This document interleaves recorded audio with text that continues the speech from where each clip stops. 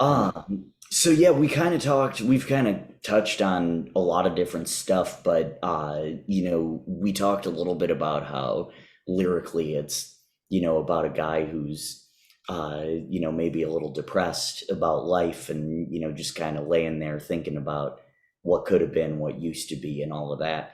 I know this song is written in C major, and this might be my, brain that doesn't know a lot about theory, but typically I think of something super happy when I think of a major chord. But to me, the song melodically does a lot of stuff to kind of make it a little more sad, but hopeful, almost like I talked in an earlier blog about like an Angel from Montgomery, a song like that. Or I'm trying to think of the other Prime song that I was thinking of there, but definitely Angel from Montgomery. That's, very hopeful, but at the same time a little bit morose, and that's kind of the vibe that I get from this song. But is that a little bit what you were going for when you were kind of working out the guitar part? With the guitar part, and I could show you sometime. Uh, I kind of just had this um, introductory kind of chord progression that was based on the chorus chords. Hmm. And so I would do that, and then I would walk into the verse chords. And what I was trying to do with this song was not just have, and this is an area where I've really been trying to focus on, not just have your 1, 4, and 5 chords, your kind of your 3 chord song, Yeah. um, but really see where you can um, make it a little bit more elaborate, especially in this folk stuff that I do. And Absolutely. so so I was trying to go for something a little bit more complex, but that also had those like minor tonalities too. Hmm. So somehow, I just walked into this kind of, for the chorus, it's kind of got an ascending progression and then a descending part. Yeah. And and I just came into that, and when I was like, okay, that's cool, that's gonna work, and it's gonna fit nicely with the vocal phrasing. Yeah. uh, Absolutely. and so I don't put a whole lot of thought into that stuff other than, oh, that's like, I'll know pretty quick that's a good melody, Yeah. like, okay, this, or I need to spit shine that. And when I first started writing this song, the whole my original demo of it was kind of a slow really slow ballad, if you will. Yeah. Similar chord progression. But then again, it was like, okay, well, I'm working on these songs for my album. This song is the only one on the album that is not kind of loosely related to my family. It's not even really an autobiographical song. Hmm. There are components of it that um, I'm not the main character in the song. I'm just singing it. Yeah. But there are components of it because we all draw from our own experiences. Um, so, but originally it was kind of this slow song, and I was putting together the songs for my album and trying to figure out what was going to go on there. I was like, well, I got a bunch of slow songs on here, so I need to pick up the tempo, and they're not all like, real like 40 beats per minute or something, but they're like folk songs, and you know, somewhere in the 72 BPM range. So I Hmm. wanted to pick this one up just a little bit, and I planted it kind of squarely in the middle of the album, so that it would kind of pick up the tempo a little bit again. Yeah. And I think this one, I think I had Move On JD right before this, which is a kind of a really slow That's song. really slow. Yeah, for sure. And Award winning, by the way. I forgot to thank mention you. that for anybody watching. That's Brian's award winning song, Move on JD. So, Yeah. And so that was a slow one. And I was like, well, and then just thinking about the kind of the progression of the album, I was like, I want to try and make this a little bit more up tempo. And I Yeah. had played this song for a group of people one night, and they weren't musicians. It was just Mhm. friends and family. We were hanging around, and somebody was like, "Ooh, that's like a radio kind of song," which is Yeah. not how most of mine are because they're like slow folk songs. Right. Um, which there's nothing wrong with a slow folk song. Like No. that's where I hang my hat. And so I kind of did it in this more up tempo version. I was testing that out, and and they liked that, and I was like, okay, so I think this is how we're going to approach it. And when we went in the studio to record it, um, that's how we did it in this kind of more up tempo version. But so there was two things, going on. Back to the question. Yes, it's in C. It's in the key of C, but you know, in every chord progression, you've got your, especially in the major chord progressions, you have C, you got your two, which is a D, Hmm. three, which is an E, the four is an F, the five is a G, a six is an A, and so those two, three, and six chords in there, um, I, I use as minor chords in this Yeah. version. So that gave it a little bit of that the tension in there, and Absolutely. that was the purpose of that. So, Okay. but again, it wasn't necessarily on purpose. Sometimes I'm just like noodling, and then it's Yeah. like, okay, that's the way to go. That sounds cool. Yeah, So absolutely, and it definitely does. Yeah, I want to talk about one more thing too structurally, and then go back to something that you said earlier. I just want to point out too that when you're talking about kind of the tempo and how it starts out with the got this old mug on the shelf, I take it down and pour myself a cup. That's both the first line and the last line of the song, and I think that's a right. powerful thing that yeah, you spiraled all these other memories, but then you kind of go back to that ending. Was that something that because I know a lot of people are just like, oh, yeah, I need something to fill out the end of the song. Can I just put it there? Was that something that was kind of in your mindset of like, let's go back to, what started this all? A little bit. I wanted to kind of after the a lot of my songs, if you'll notice, um, tend to have like this build up Yeah, because that comes from my Allman Brothers. sure. Yeah. um, like there's this there I've always been into like jamming and jam bands, and Hmm. you like start the song out and you build something and you create tension, and then you have the release, and and a lot of my heroes aren't necessarily like that, with the exception, I would say, of people like Jerry Jeff Walker. He was master at kind of folk, alt Absolutely. country, jam stuff. His groups were amazing. And but then people like John Prine,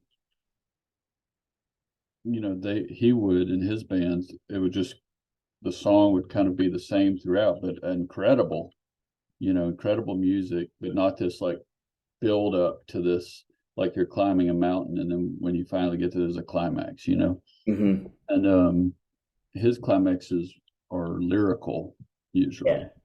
And so but I like to do mine musically, and it's something that I'm just I have to sometimes work to not do that so that every song is not like that. Yeah, I And feel that. so so anyway, but I knew um how I wanted to end the song. Um, and so I thought that would be a nice way to take it back and say, because again, the mug is the thing, and he's using that again. And so the next day he's going to use the mug, and it's just this is the cycle he's in. Yeah. Yeah. Yeah. And Oh, I it'll be definitely. hard. Yeah, it'll be hard for the average listener to pick up on this too. But if you listen closely to the very end of the song, I got this old mug. I've got a guitar over here. Hold on. Be right back. Um, I don't know how the audio will come in through this. Can you hear this okay? Yeah, I can hear it pretty well. So at the end of the song, um, I have this turnaround that has Bell Bottom Blues in it. Oh, nice. So, but it's the hook on Bell Bottom Blues, which is like, that's the hook on Bell Bottom Blues. I don't know. Yeah. So Oh, in yeah, yeah, yeah. Yeah. So that's kind of that signature hook. And but the chords for that are, so it's like an F and a G. Yeah, So what I wanted to do with the end of the song was incorporate Bell Bottom Blues back in to the music. that's So awesome. we talked about it in the beginning. So it's like got so much on my shelf, I take it down and pour myself a cup and think of what used to be. So that Yeah, bell bottom blues hook, and you can kind of hear it in the album. It was cool. The guitar player that's playing lead on that's a guy named Rich Brotherton, who played for 20 years with Robert Earl Keen and oh wow. masterful musician. And he we were talking in the studio, and I was like, this is what I want to do here. And he puts in there this little bell bottom blues riff on top of that Yeah, you just got to listen. It's real subtle, but it's in there. And so that kind of musically ties it back. And then he came up with the closing. So it's like, got the soul mug on my shelf, I take it down for myself a cup. Think of what used to bell bottom blues. Then he came up with this. yeah. That's Bell incredible. bottom blues. So I love it. That almost so in one of my next blogs, I'm actually talking about River by Joni Mitchell, yeah, and she does something similar, except it's with jingle bells, yeah, and it's like it's the beginning and the end of the song, because it's it's set to the backdrop of Christmas, and so I love it when artists do little things like that to pay homage or homage or however that's pronounced, yeah. And and I try to do that. Just uh, I had envisioned that, and I was like, well, that's kind of a cool tie back to the song, that's mentioned, and but nobody, the average listener wouldn't pick up right. on it. Like, Exactly. it's It's one of those things I always say you kind of do some stuff for you as the yeah, musician. yeah, Like this, right, I don't know, you might not notice this, but I enjoy yeah. it. So This is why uh, it's there. I get you. Yeah. Well, cool. The last thing that I want to ask you about, and this is, to a different song of yours actually, but when I was writing for this blog and thinking about doing, object writing, there were three bits of object writing that I thought about, and you know, I thought about things, so like the coffee mug. I thought about people, even though they're not necessarily objects. Sometimes that can, trigger those memories. And then I thought about places, and one of your songs is, and I'm sorry I can't remember the name of it, but what it's the song about the haunted hotel in Oh yeah, Ott Hotel, what is it? Ott Hotel, Oh, the Odd Hotel. That's right. That's what it is. So did you use some of the similar, because you kind of talked about like, what used to be and all of that. And so when you were thinking of the Odd Hotel, did you use some of those similar object writing techniques that you talked about kind of at the beginning? Perhaps a lot of that song is fiction. You know, the and I wrote the song, a lot of the song in the hotel. Okay. It's an actual hotel in Liberty, Texas. Um, and in the song, it talks about it being built in 28, which it was built in 1928. And it's feet from the railroad tracks there Mhm. in Liberty, right down from the train depot. Yeah. And it was Liberty was a major or was a stopping point for the rail line that went from basically New Orleans to Houston. Oh wow. And and so Liberty was one of the stops. And you had places like um Baton Rouge, Beaumont, Texas, Hmm. Liberty, Houston. So, like every hour or so there's a stop. Yeah. Um, so it was one of the stops, and they built this hotel near the tracks so that all the traveling salesmen, they would come to town to sell their wares, right? Mhm. And then they would get off and they would sleep, and it was kind of like one of those places where they had, you stay overnight, and it was $2.50, $3 if you wanted dinner, Yeah. and they cooked the dinner for you. And I've stayed there a number of times. It's definitely haunted, and there's no doubt about it. Um, and they give like haunted ghost tours. And I've been there when the ghost hunters are there, and they've got their like machines out and they're monitoring, and like Yeah. you can hear them, and like they're actually ghosts there, and or spirits, Hmm. should we say.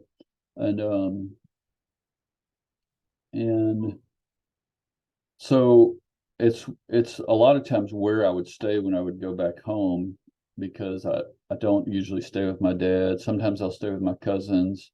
um but it's like, you have your own private room, but it is like your most of the rooms, with the exception of a window air conditioner, are like they were in 1928. Yeah. Very small, think like less than 8 by 8. Oh wow. And Yeah. it's got a single bed in it. There'll be a sink in the corner, and it creaks and it moans and it howls. And so I stay there a lot, and a lot of the songs that I write I've written in the odd hotel. But anyway, um, it just has a lot of characteristics about it. Sure. So there, it was rumored that Bonnie and Clyde stayed there on their famous run, Yeah. and infamous run. Hmm. And and I just kind of made up the characters in the song. I talk about um, a preacher from Beaumont, which is on the train line, and then a widow from across the bay, which is talking about Galveston Bay, which is kind of southwest of Liberty. Yeah. Um, but wouldn't be unusual for someone to be staying there from that area. They stayed there one night and kind of disappeared, Yeah. and they vanished without a trace, and that's kind of the theme of that. But those are made up people. And then there was one character in there, I I put in there, named Old Man William. I said in the song, the lyric is, Old Man William was the night guard for 50 some odd years, and he saw thousands of souls coming through the doors and all running out in fear. And Yeah. which is kind of true. He was like an orphan, this man William, and the people at the Ott basically let him live there in Hmm. exchange for kind of cleaning up the place and mopping the halls, Yeah. and they have shared bathrooms, so he would Okay. clean the bathrooms. And Yeah. he was an interesting character, and so I put him in the song. He's passed away since I wrote the song, but put him in there, and just the whole part about it being haunted. And the owners love the song. They have a little pirate radio station there, and um, it's a trip. So yeah, like with this New Year's Day song, there's some object, making the song out of an object, which is this Hmm. hotel, but then a lot of just character development and creation, Yeah. um, to Absolutely. try and tell the narrative of the story and make it Sure. interesting. Well, and I think that's also an important part of object writing, right? Because if, I mean, if I'm thinking of object writing, sometimes it's like, okay, I'm staring at a wall. What would I write about the wall? And then it literally gets to, if these walls could talk. And it's like, well, what would it say if this wall could talk? And it can't. And so then you create the character of the wall and and so like it's to me that strikes me as a lot of the same stuff in terms of in terms of object writing, that like there are going to be some things that you make up, some fabrications, but the whole premise of it is the hotel, and then again the phrase, it kind of spirals from there, Hmm. and everything else that you imagine with it, and some of it Yeah, that's how, be speaking of walls, that's how Willie Nelson wrote "Hello Walls." He was really. he was stuck in a writing room in Nashville, and he just he put out. He was like, if I remember right, they were trying to come up with a song, they couldn't do it, and his partner went and took a break, and I can't remember who that is now, but his writing partner went and took a break, and Willie sat there and wrote "Hello Walls" and one of those classic Willie things in like 15 minutes or Yeah, something. yeah, yeah. And and that was one of his first big hits that somebody else had a big hit with. Um, and but it's same thing. That's And a with New Year's Day, um, it was not a 15-minute. Most of my songs, there are very few that come out quickly. yeah. I usually get the flash of inspiration, get the Hmm.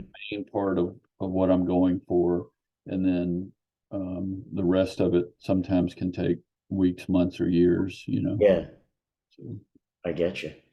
Well, that's awesome. Well, man, this was absolutely fabulous. I'm really cool. happy that you were able to make time, and that this is some fabulous information, uh, Awesome. just about the whole process. Not even, I mean, even beyond this song, there's a lot for people to go on, myself Cool. included. So I appreciate you for that.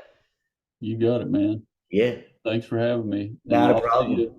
I'll see you later this week, I think. I'll be Yeah. at the songwriter competition. Oh So yeah, yeah, yeah. Absolutely. I will definitely be there. I'll see you then. all right, man, later. All right, sounds good. Bye. Bye.